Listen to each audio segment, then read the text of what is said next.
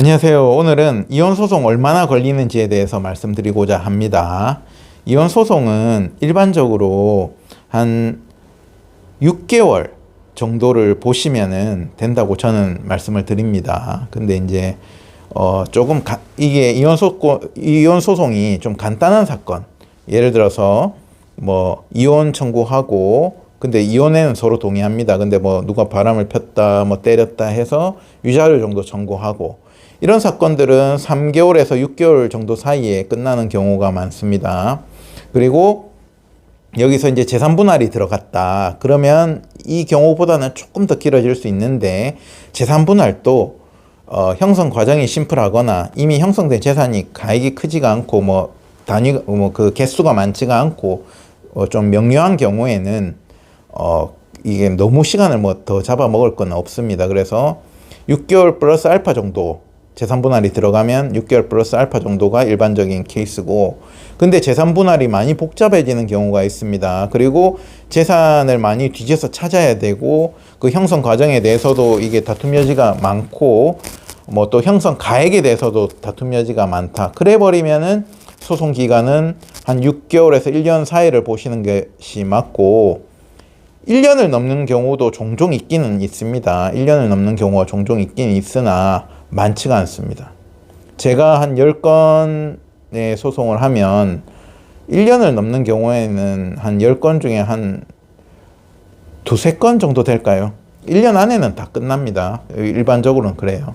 근데 뭐 정말 한 3년 이렇게 하는 소송들도 있는데, 그런 경우에는 2년, 3년 하는 소송들은 예를 들어서 제가 수행한 사건에서 말씀을 드리면은 뭐 재산 분할 가액이 뭐 40억, 50억이 되고, 그리고 뭐 그 재산 형성 경위가 심플한 것도 아니고 뭐 사업을 하다가 이걸 팔다가 저걸 사고 해가지고 막 형성 과정이 엄청나게 복잡하고, 그리고 다른 법률적인 분쟁도 많고 금액이 크다 보니까 다른 법률적인 쟁점도 많고, 이런 사건들 같은 경우에는 뭐 1심, 2심 가고 뭐 이렇게 하기 때문에 1심, 2심, 3심 가고 하기 때문에 전체적으로 기간이 한 2, 3년 정도 걸릴 수 있어요. 더 걸릴 수도 있죠. 하지만 이제 이런 예외적인 경우를 제외하고 일반적으로 내가 이혼하는데 뭐 내 재산이 뭐 그렇게 복잡한 건 아니다, 가액이 크더라도 무조건 시간이 2, 3년 걸린 건 아니거든요. 그렇기 때문에 너무 막 사업을 하고 팔고 뭐 이렇게 재산 분할 과정이 매우 복잡하고, 거기서 뭐 배우자가 형성한 기여도가 있냐 없냐는 부분이 매우 복잡하고, 예외적으로 이런 경우만 아니라면은 일반적으로는 6개월에서 12개월 사이에 다 끝난다라고 보시면 되고, 거기서 조금 오버되더라도 12개월 조금 오버되는 수준에서 끝난다는 것이 제가 생각할 때 일반적인 기준입니다. 그런데 이게 이제 변호사가 업무를 수행하는 스타일에 따라서 소송 기간은 조금 길어질 수도 있고 짧아질 수도 있어요. 무슨 말씀이냐면, 전체적으로 재판을 진행하는 것은 법원이죠. 법원에서 재판 날짜를 잡아주고 이제 재판 날짜에 참석을 하고 이렇게 진행을 하죠. 근데 이걸 수동적으로 법원에서 해주는 것을 기다리는 스타일로 가버리면 이건 소송이 좀 길어질 수 있어요. 왜 재판 날짜를 안 잡아주지, 이렇게 되니까. 근데 한쪽이 서면을 내고 한쪽이 반박 서면을 내고, 또 거기 서면을 낼 때마다, 그러니까 이제 A와 B가 소송을 하는데 A가 서면을 한번 냈다. 그럼 여기에 대해서 반박할 기회를 보통 한 달을 줍니다. 근데 한 달이라는 거는 뭐 반드시 지켜야 되는 건 아니에요. 빨리 내도 상관없고 늦게 내도 상관없지만 이제 통상적인 기준에서 한 달 정도를 주는 게 통례입니다. 한 달 A가 서면을 한번 냈어요. 그러면 거기에 대한 반박 서면을 B가 한 달 안에 보통 내죠. 그리고 B가 내고 나면 거기에 대해서 재반박 서면 쓰면은 한 달이 되고, 거기다가 또 제재 반박 서면을 쓰면은 또 한 달이 되죠. 그러면은 한 몇 개월이 갔습니까? 한 4개월이 갔죠. 일반적으로. 이러고 나면은 법원에서 변론기를 잡아요. 변론기라는 거는 이제 법원에 출석하는 날이죠. 출석을 해가지고는 실질적으로는 이제 우리가 드라마처럼 뭐 법원에서 구체적인 사건 내용을 뭐 이렇게 변론하거나 하는 것은 아니고, 구체적인 사건 내용은 모두 다 서면에서 나가는 거예요. 그래서 서면이 제일 중요합니다. 한국 소송에서는, 대한민국 재판에서는 서면이 중요해요. 증거도 중요하고요. 그렇게 하고 변론길에 가면은 보통 진행에 대한 사항을 많이 이야기합니다. 그러니까 뭐 판사님이 원고 피고 더 이상 낼 거 있습니까? 뭐 추가로 뭐 증인신문이나 뭐 증거 내실 거 있습니까? 이런 것들을 확인해요. 그래서 서로 없다 그러면은 변론을 종결합니다라고 하고 이제 선고 날짜를 잡으면은 어때요? 가장 빨리 진행된 케이스죠. 지금 말씀드린 예시가. 그러면 뭐 한 5개월, 6개월째 이제 판결문이 나오면 좀 빨리 진행된 케이스가 해당이 되는 거겠죠. 그런데 소송 기간을 조금 늘리는 예가 있는데 그게 바로 가사조사입니다. 이제 가사조사라는 것은 무엇이냐면 판사님이 이제 양쪽 변호사들의 서면은 잘 봤어요. 근데 이제 가사조사를 하는 경우가 딱 있는데 두 가지를 보시면 되는데요. 무조건 그런 건 아닙니다. 언제든지 할 수는 있지만 일반적으로 판사님들이 가사조사를 실시하는 경우가 이제 이혼 여부를 다툴 때 한쪽은 이혼을 하겠다고 소송을 제기했는데 한쪽에서는 이혼을 못 하겠습니다. 난 안 하고 싶습니다. 이렇게 주장을 했을 때 아무리 이쪽에 증거가 있어도 이 민사소송이랑 다르게 이제 부부 간의 가족 간의 소송이다 보니까 그래도 조금 이 건은 양쪽의 의사를 물어보고 해야 되겠다. 그렇기 때문에 이제 이혼 여부가 다퉈질 때 가사조사가 들어가고요. 그 다음에 양육권 친권 부분이 다퉈질 때 서로 키우겠다 내지는 뭐 서로 안 키우겠다 이렇게 이야기를 할 때 가사조사를 합니다. 통상적으로는요. 그 외에 뭐 위자료나 재산분할 관련해서도 가사조사를 못하는 건 아니고 할 수는 있지만 뭐 그렇게 일반적인 케이스는 아닙니다. 그렇기 때문에 이제 변호사가 의뢰인들께서 이제 소송 기간을 물어볼 때 이렇게 이혼 여부가 다퉈지거나 그 다음에 이제 뭐 친권 양육권이 다퉈지거나 이런 경우에는 가사조사를 할 수 있기 때문에 가사조사를 하면 기본 한 플러스 2개월에서 3개월 정도 소송 기간이 늘어납니다.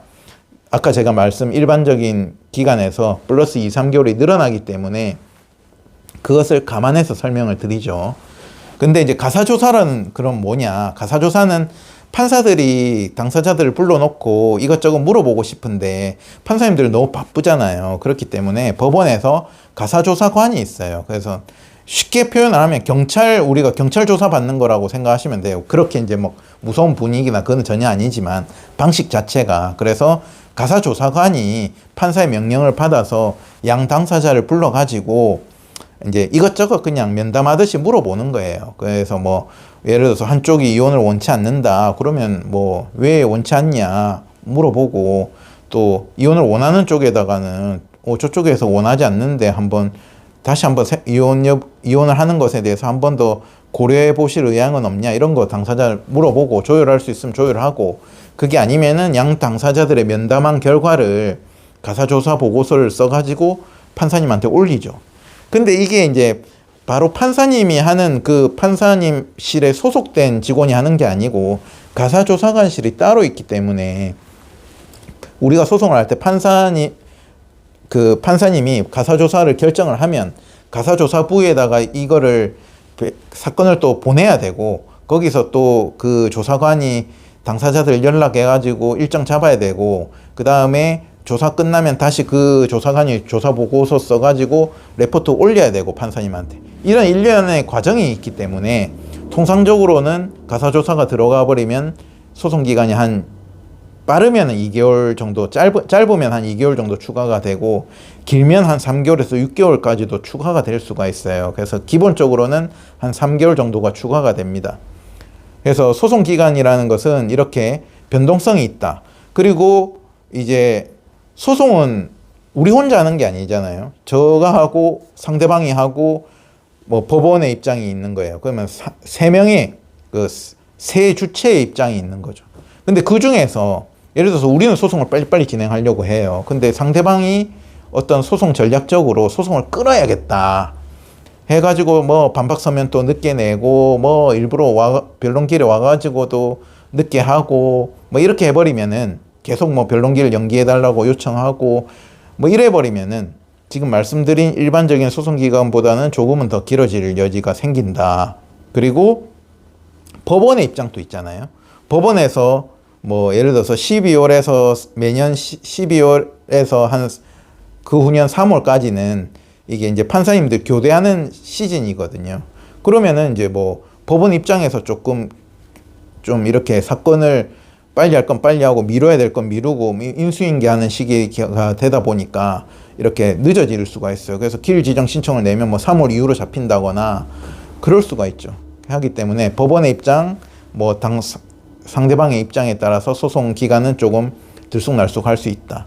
반면에 우리 입장에서는 이제 제가 소송을 하면서 이혼 소송을 굳이 끌어야 되는 경우는 잘 없었습니다. 다 좀 빨리 하고 싶어 하시죠. 의뢰인분들께서는.